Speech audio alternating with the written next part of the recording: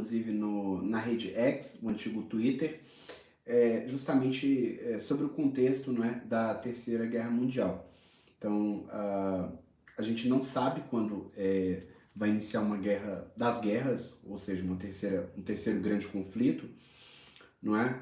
E a gente sabe que o primeiro caso foi em 1914, não é? Nunca houve na história humana um conflito com proporções globais, ou seja, vários focos de guerras ocorrendo em vários lugares diferentes, não é? No mundo inteiro ao mesmo tempo. Isso se caracterizaria como um conflito mundial, não é? Quando você tem vários focos, não é? Ao redor do mundo de conflitos, não é? Locais por diversas razões. Vamos só esperar mais um pouquinho o pessoal chegar, né, para acompanhar a nossa live. Enquanto isso, eu vou abrindo o artigo que eu fiz recentemente na rede X. Vocês podem conferir lá, é só ir na rede do X e conferir esse artigo bem interessante que eu escrevi ontem. Então, é realmente importante, não é, entender o momento que a gente está vivendo. Então, fica essa dica aí para poder ler. Tem a versão tanto em inglês quanto em português. Então, a versão que você preferir, você pode estar lendo esse artigo.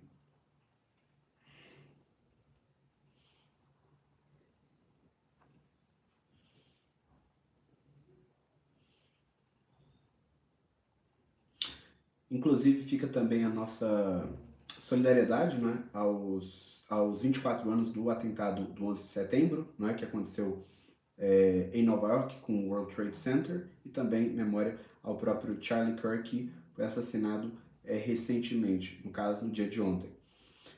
Também teve a invasão do Catar, não é, por forças israelenses, foi algo bem rápido. Inclusive, o Catar foi avisado, não é, antes que esse incidente ele ocorresse, mas não algumas pessoas estão condenando, dizendo que não podia ter acontecido isso. Mas Israel continua com as suas operações, então, contra o grupo Hamas. Então, bom, pessoal, vamos começar então a fazer a nossa análise sobre a Terceira Guerra Mundial, a partir do artigo brevíssimo que eu escrevi, não é, no dia de ontem no Twitter. A live vai ficar salva, então não precisa assistir ao vivo, né, mas é interessante, claro, assistir ao vivo. É claro que o Trump ele tem interesses, não é, no Brasil. Isso é meio óbvio. O Trump tem interesse no Brasil e a gente vai discutir então a questão do Trump, da própria família Bolsonaro, que está envolvido aí, não é, no imbróglio diplomático internacional e também na própria OMC. Bom, eu vou falar um pouquinho aqui da introdução do que eu quero dizer com isso. Vamos lá. A Terceira Guerra Mundial ela vai começar provavelmente por conta da Guerra de Israel. Vários analistas ao redor do mundo têm apontado nessa direção, inclusive da Universidade de Princeton. Uma vez que isso incitará um apoio ideológico por parte de cada Estado-nação ao se aliar ao Estado judeu, ao Estado de Israel. Então, uma guerra de guerras vai acontecer muito provavelmente em uma bipolaridade entre os países que apoiam a barbárie, não é? Que se camufla de uma certa resistência, que no caso é o Hamas, que seria o chefe aí da própria Palestina, não é? E do outro lado a democracia, a única democracia, não é, do Oriente Médio, no caso Israel. Então a gente tem esses dois proxies, um do regime tirânico, né, do Irã, e o outro proxy Israel, né, dos Estados Unidos. Então o mundo vai se dividir basicamente entre esses dois países. Vamos continuar esse artigo. A guerra de informação já se iniciou, não é? Portanto, o imperialismo digital entre China e Estados Unidos, não é? Só um momento, deixa eu verificar uma coisa aqui. Não, tá certo. O primeiro, que não é exatamente um regime aberto, e os Estados Unidos estão longe de ser um país fechado. Arrastará os Estados nacionais a uma corrida de inteligência artificial. A IA é a nova arma, tá certo? Do século XXI. Ora, para isso faz-se necessário levar em conta que o fator tecnológico vai simplesmente alterar a dinâmica entre os três fatores econômicos: terra, capital e trabalho. Então, esses três fatores Não é que eles não vão deixar de existir, eles vão continuar existindo da forma como eles sempre existiram, não é, durante o capitalismo que ocorreu principalmente a partir dos empreendimentos comerciais durante o período do fim da Idade Média e mais recentemente com a quinta fase do processo industrial.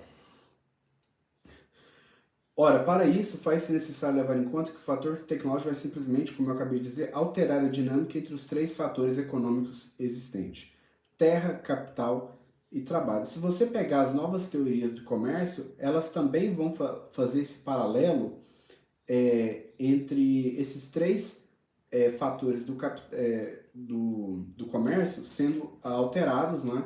No caso a produtividade, pelo fator tecnológico. Não é que o fator tecnológico entra na equação, ele altera a dinâmica entre os outros três fatores. Então, isso é extremamente importante de ser dito. Quando a gente fala sobre o uso da terra, é claro, nesse contexto, que a busca por terras raras, com as maiores reservas, né, é justamente na China, 44 milhões de toneladas de terras raras. Ah, mas por que está sendo trazido esse tema, terras raras?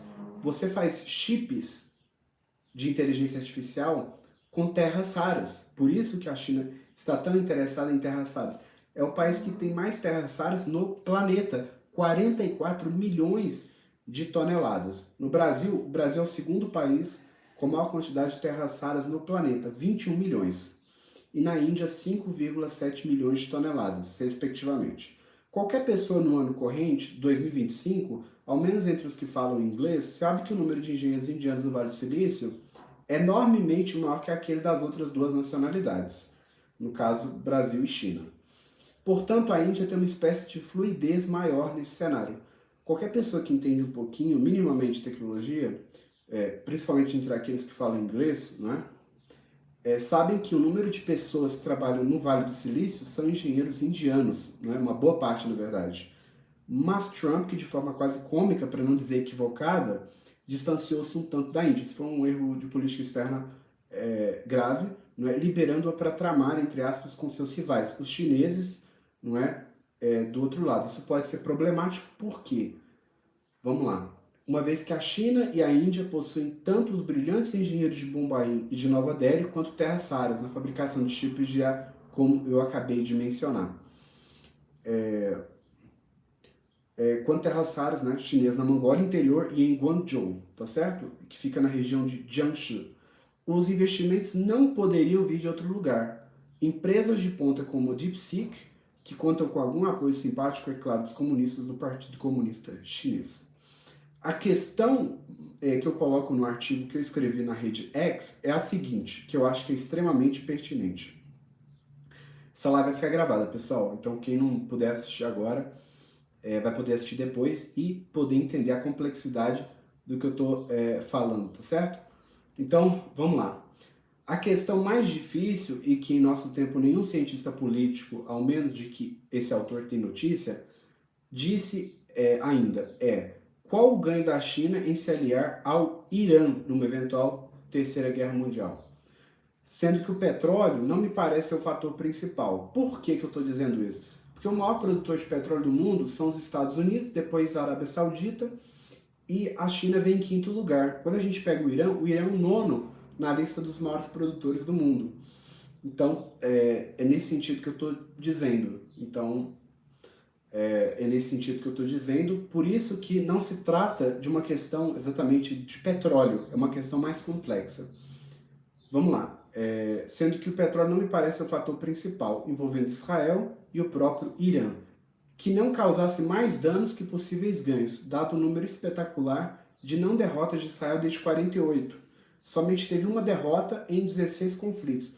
Ou seja, Israel teve 7 vitórias desde 1948. Desde 1948. E 7 draws, né? 7 empates e apenas uma derrota. Ou seja, por que a China se aliaria a um regime falido que vai perder, não é, esse conflito aí com Israel?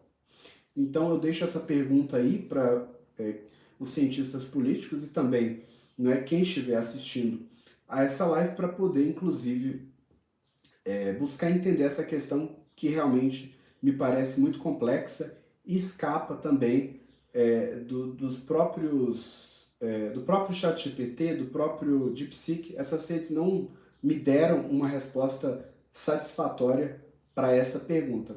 Então, pessoal, eu queria falar basicamente sobre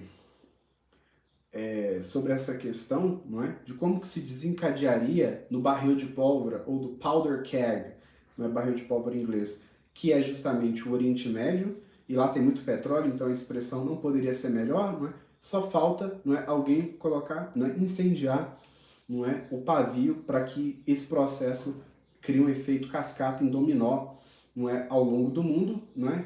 Algo que já aconteceu, na verdade. Então, os efeitos estão sendo vistos ao redor do mundo. Quem não consegue ver isso é cego, não é? Porque é um efeito que se desencadeou principalmente nos Estados Unidos, haja vista o próprio assassinato de Charlie Kirk, feito, né, por motivação política. Então, foi feito por motivação política, não é? O que ocorreu com Charlie Kirk, e ele era pró-Israel. Então, Charlie Kirk morreu. Por quê? Porque era cristão e pró-Israel. Então, essa divisão entre dois grupos ideológicos muito bem definidos, ou seja, aqueles que são pró a barbárie e aqueles que são pró-democracia, pró-Israel, pró-Estados Unidos, pró-democracia, está sendo muito bem formados esses dois blocos, né? De um lado você tem os bárbaros, formados por, regime pró-Irã, pró-Rússia. Não que a Rússia seja pior que o Irã, mas o Irã é um proxy da própria Rússia no Oriente Médio. Então você tem lá os países pró-Rússia, pró-China, pró-Irã, pró-Hamas, pró-Palestina, não é de um lado, e de outro você tem o quê? Regimes democráticos, encabeçados pelo próprio Estado de Israel, não é, que é um proxy dos próprios Estados Unidos. O Brasil, é claro, é uma incógnita, não é, nessa equação, embora seja um país de alguma forma periférico nesse jogo, né, de poder internacional, mas o Brasil também tem a sua relevância, obviamente, no cenário geopolítico global.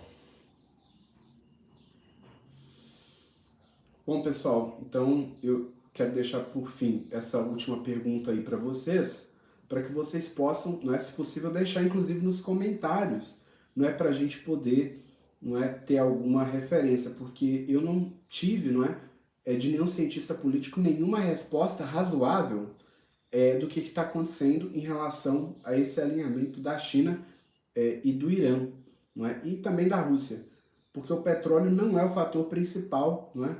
Olá, bem-vindo, Carlos. Não é o fator principal, não é, de tudo isso. Então, muito me espanta as respostas simplistas, não é, ultra simplificadas, as respostas de fast foods, tá certo?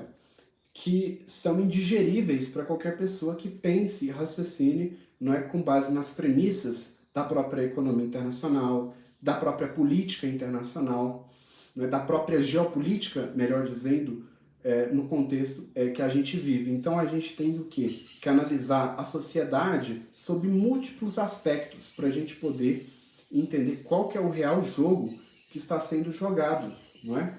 Então a questão energética, sim, é muito importante, claro que é muito importante a questão energética, mas me parece que tem um fator extra que desencadeia todo esse processo. Não é? A gente também não pode simplesmente fazer a simplificação marxista, não é, dialética, de acreditar que tudo é movido simplesmente por um imperialismo, não é? Por uma busca de novos territórios, não é?